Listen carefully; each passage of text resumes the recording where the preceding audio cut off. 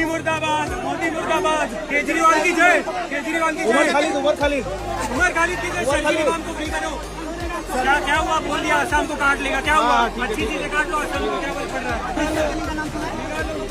उमर खालिद जिंदाबाद। आसामचे तुकडे झाले तर काय बिघडते? RSS मुर्दाबाद, बजरंग दल मुर्दाबाद, हिंदुत्व विरोधी नारे लागतायत, भारताचे तुकडे झाले तर तुकडे होऊ द्या, आम्हाला काय फरक पडतोय, उमर खालिद जिंदाबाद. म्हणजे ही CJP कॉक्रोच जनता पार्टी फक्त एकाच फंडासाठी बनलेली आहे की भारताचे तुकडे कसे करायचे, हिंदू विरोधी कसं व्हायचं. आणि आजकालच्या युवांना फक्त एवढं समजत नाही की कॉक्रोच जनता पार्टीचा फक्त एकच फंड आहे की हिंदू विरोधी, हिंदू लोकांना कसं टार्गेट करायचं. आता मला एवढं सांगा, त्याच ठिकाणी जर तुम्ही दुसऱ्या समाजाच्या विरुद्ध जर नारे लावले असते तर खोटं नाही सांगतोय, तुम्हाला तिथंच येऊन मारलं असतं लोकांनी.